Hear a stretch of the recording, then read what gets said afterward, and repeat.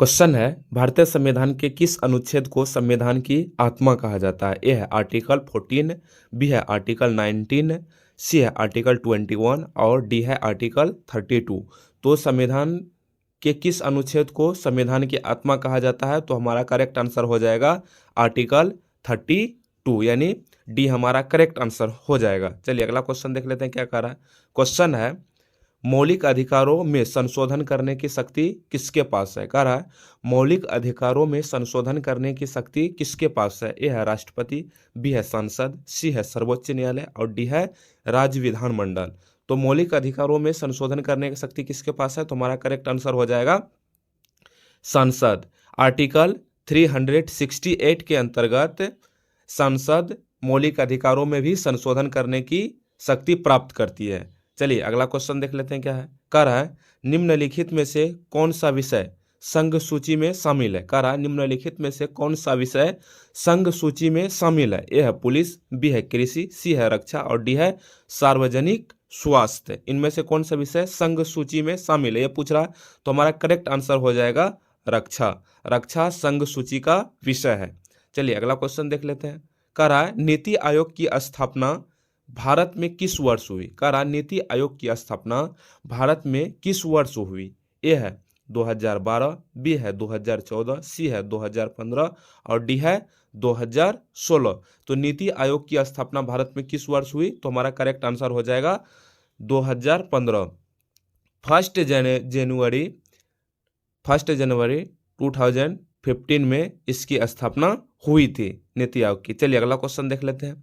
कह रहा है केशवानंद भारती बनाम केरल राज्य मामला किससे संबंधित है? कह रहा है केशवानंद भारती बनाम केरल राज्य मामला किससे संबंधित है? ए है न्यायिक सक्रियता, बी है मूल संरचना सिद्धांत, सी है जनहित याचिका और डी है मौलिक कर्तव्य। तो केशवानंद भारती बनाम केरल राज्य मामला किससे संबंधित है? तो हमारा करेक्ट आंसर हो जाएगा मूल संरचना सिद्धांत, यानी बी हमारा करेक्ट हो जाएगा। भारतीय संविधान की मूल संरचना अपरिवर्तनीय मानी गई है। चलिए अगला क्वेश्चन देख लेते हैं। क्वेश्चन है, कह रहा निम्नलिखित में से कौन सी नदी प्रायद्वीपीय भारत की नदी है? कह रहा निम्नलिखित में से कौन सी नदी प्रायद्वीपीय भारत की नदी है? ए है गंगा, बी है सिंधु, सी है नर्मदा और डी है ब्रह्मपुत्र। तो इनमें से कौन नदी प्रायद्वीपीय भारत की नदी है? तो हमारा करेक्ट आंसर हो जाएगा नर्मदा। यह पश्चिम की ओर बहती है और ये प्रायद्वीपीय भारत की प्रमुख नदी में से एक है।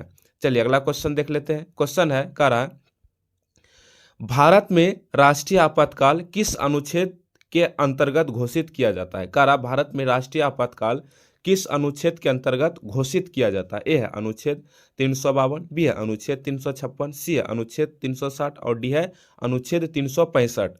तो भारत में राष्ट्रीय आपातकाल किस अनुच्छेद के अंतर्गत घोषित किया जाता है? तो हमारा करेक्ट आंसर हो जाएगा अनुच्छेद 352। आर्टिकल 352 के अंतर्गत ये राष्ट्रीय आपातकाल की घोषणा राष्ट्रपति के द्वारा किया जाता है। यह युद्ध, बाह्य आक्रमण या सशस्त्र विद्रोह की स्थिति में लगाया जाता है। चलिए अगला क्वेश्चन देख लेते हैं। क्वेश्चन है, कह रहा है सिंधु घाटी सभ्यता का ग्रेट बाथ किस स्थल पर स्थित है? कह रहा है सिंधु घाटी सभ्यता का ग्रेट बाथ किस स्थल पर स्थित है? ए है हड़प्पा, बी है मोहनजोदाड़ो, सी है धोलावीरा और डी है लोथल। तो सिंधु घाटी सभ्यता का ग्रेट बाथ किस स्थल पर स्थित है? तो हमारा करेक्ट आंसर हो जाएगा मोहनजोदाड़ो। यह सार्वजनिक स्नानागार एवं धार्मिक अनुष्ठान से जोड़ा गया था।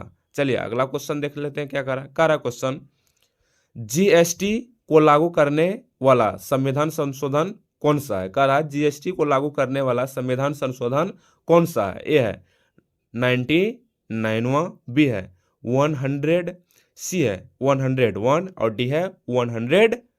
तो हमारा करेक्ट आंसर क्या हो जाएगा? तो जीएसटी को किस संविधान संशोधन के अंतर्गत जोड़ा गया था? तो हमारा करेक्ट आंसर हो जाएगा 101। इसी संशोधन में जीएसटी व्यवस्था लागू की गई थी। चलिए अगला क्वेश्चन देख लेते हैं। क्वेश्चन है, कह रहा लाल किताब शब्द किससे संबंधित है? कह रहा लाल किताब शब्द किससे संबंधित है? ए है आरबीआई की मौद्रिक नीति, बी है आर्थिक सर्वेक्षण, सी है बजट भाषण और डी है पंचवर्षीय योजना।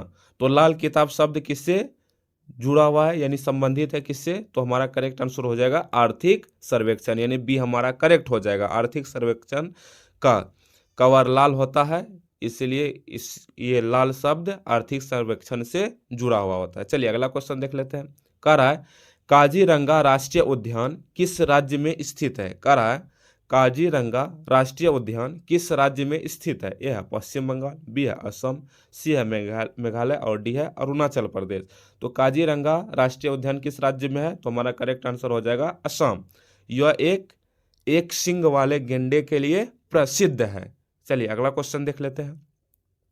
क्वेश्चन है कह रहा है राज्य नीति के निर्देशक तत्व संविधान के किस भाग में है। कह रहा है राज्य नीति के निर्देशक तत्व संविधान के किस भाग में है। ए है भाग 2, बी है भाग 3, सी है भाग 4 और डी है भाग 5। तो राज्य के नीति निर्देशक तत्व संविधान के किस भाग में है, तो हमारा करेक्ट आंसर हो जाएगा भाग 4, यानी सी हमारा करेक्ट हो जाएगा। यह सामाजिक आर्थिक लोकतांत्रिक का लक्ष्य रखते हैं। चलिए अगला क्वेश्चन देख लेते हैं। कह रहा है निम्नलिखित में से कौन सा ग्रीन हाउस गैस नहीं है। कह रहा है निम्नलिखित में से कौन सा ग्रीन हाउस गैस नहीं है। यह है मीथेन, बी है कार्बन डाइऑक्साइड, सी है नाइट्रस ऑक्साइड और डी है ऑक्सीजन। तो निम्नलिखित में से कौन ग्रीन हाउस गैस नहीं है, तो हमारा करेक्ट आंसर हो जाएगा oxygen. Oxygen green house gas नहीं है और ये ग्रीन हाउस गैस को प्रभावित भी नहीं करती है। अगला क्वेश्चन है कह रहा है पंचायती राज को संवैधानिक दर्जा किस संशोधन से मिला। कह रहा पंचायती राज्य को संवैधानिक दर्जा किस संशोधन से मिला। ए है 42वां, बी है 44वां, सी है 73वां और डी है 74वां। तो पंचायती राज व्यवस्था को संवैधानिक दर्जा किस संविधान संशोधन से मिला, तो हमारा करेक्ट आंसर हो जाएगा 73वां। इससे पंचायतों को संवैधानिक मान्यता मिली थी, यानी 73वां कॉन्स्टिट्यूशनल अमेंडमेंट एक्ट के द्वारा इसको ऐड किया गया था। अगला क्वेश्चन है कह रहा है अल नीनो का प्रभाव मुख्यतः किस पर पड़ता है। कह रहा है अल नीनो का प्रभाव मुख्यतः किस पर पड़ता है। ए है भूकंप, बी है मानसून, सी है ज्वालामुखी और डी है चक्रवात। तो अल नीनो का प्रभाव मुख्यतः किस पर पड़ता है, तो हमारा करेक्ट आंसर हो जाएगा मानसून। इससे भारत में कमजोर मानसून हो सकता है। चलिए अगला क्वेश्चन देख लेते हैं। अगला क्वेश्चन है कह रहा है भारत का सबसे बड़ा खारे पानी का लैगून कौन सा है। कह रहा है भारत का सबसे बड़ा खारे पानी का लैगून कौन सा है। ए है चिल्का, बी है वेम्बनाड, सी है लोकटक और डी है सांभर। तो भारत का सबसे बड़ा खारे पानी का झील कौन सा है, तो हमारा लैगून कौन सा है, तो हमारा करेक्ट आंसर हो जाएगा चिल्का झील, जो कि ओडिशा में स्थित है। कहाँ है, तो ओडिशा में ये स्थित है। चलिए अगला क्वेश्चन देख लेते हैं। कह रहा है संसद की संयुक्त बैठक किसके द्वारा बुलाई जाती है। कह रहा है संसद की संयुक्त बैठक किसके द्वारा बुलाई जाती है। ए है प्रधानमंत्री, बी है लोकसभा अध्यक्ष, सी है राष्ट्रपति और डी है उपराष्ट्रपति। तो संसद की संयुक्त बैठक किसके द्वारा बुलाई जाती है, तो हमारा करेक्ट आंसर हो जाएगा राष्ट्रपति। राष्ट्रपति के द्वारा संसद की संयुक्त बैठक को बुलाई जाती है। आर्टिकल 108 के अंतर्गत संयुक्त बैठक बुलाई जाती है राष्ट्रपति के द्वारा। चलिए अगला क्वेश्चन देख लेते हैं। अगला क्वेश्चन है कह रहा निम्नलिखित में से कौन सा प्रत्यक्ष कर नहीं है। कह रहा निम्नलिखित में से कौन सा प्रत्यक्ष कर नहीं है। ए है आयकर, बी है कॉर्पोरेट टैक्स, सी है संपत्ति कर और डी है जीएसटी। तो निम्नलिखित में से कौन प्रत्यक्ष कर नहीं है, तो हमारा करेक्ट आंसर हो जाएगा जीएसटी। जीएसटी ये अप्रत्यक्ष कर है, ये इनडायरेक्ट टैक्स है। चलिए अगला क्वेश्चन देख लेते हैं। क्वेश्चन है कह रहा है भारत के पहले मुख्य चुनाव आयुक्त कौन थे। कह रहा भारत के पहले मुख्य चुनाव आयुक्त कौन थे। ए है टी.एन. शेषन, बी है सुकुमार सेन, सी है के सुंदरम और डी है M.S. गिल। तो भारत के पहले मुख्य चुनाव आयुक्त कौन थे, तो हमारा करेक्ट आंसर हो जाएगा सुकुमार सेन, यानी बी हमारा करेक्ट हो जाएगा। चलिए अगला क्वेश्चन देख लेते हैं। कह रहा संविधान सभा के अस्थायी अध्यक्ष कौन थे। कह रहा संविधान सभा के अस्थायी अध्यक्ष कौन थे। ए है राजेंद्र प्रसाद, बी है डॉक्टर B.R. अम्बेडकर, सी है सच्चिदानंद सिन्हा और डी है जवाहरलाल नेहरू। तो संविधान सभा के अस्थायी अध्यक्ष कौन थे, तो हमारा करेक्ट आंसर हो जाएगा डॉक्टर सच्चिदानंद सिन्हा, यानी सी हमारा करेक्ट हो जाएगा। चलिए अगला क्वेश्चन देख लेते हैं।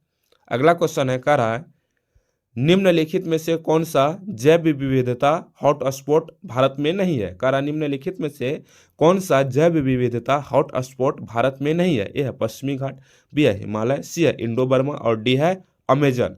तो इनमें से कौन सा जैव विविधता हॉटस्पॉट भारत में नहीं है। तो हमारा करेक्ट आंसर हो जाएगा कौन सा, अमेजन, यानी डी हमारा करेक्ट हो जाएगा। यह दक्षिणी अमेरिका में स्थित है, न कि भारत में। चलिए अगला क्वेश्चन देख लेते हैं।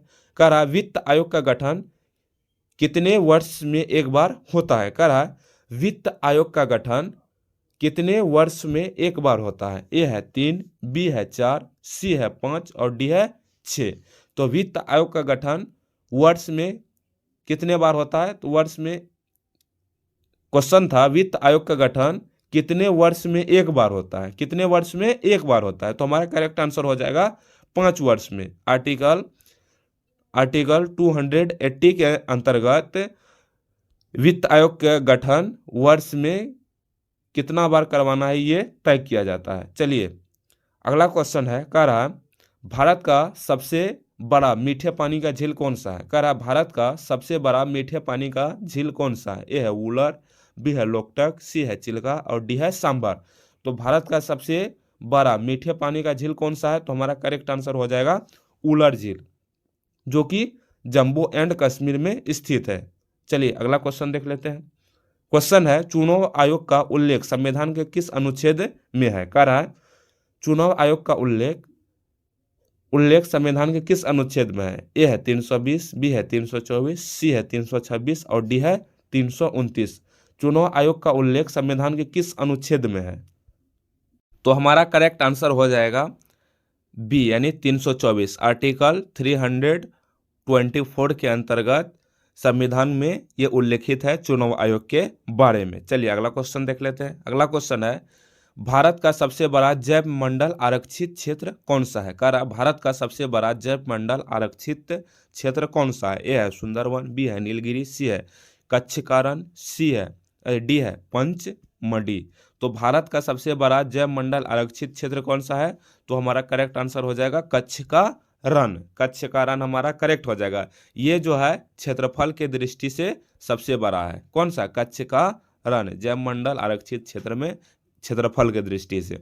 अगर ये वीडियो पसंद आया हो तो चैनल को सब्सक्राइब कीजिएगा, अपने दोस्तों के साथ शेयर जरूर कीजिएगा, क्योंकि इस चैनल के माध्यम से आप यूपीएससी प्रीलिम्स 2026 के जितने भी मोस्ट इंपॉर्टेंट क्वेश्चंस हैं सबको कवर कर सकते हैं। वीडियो को लास्ट तक देखने के लिए आपका धन्यवाद।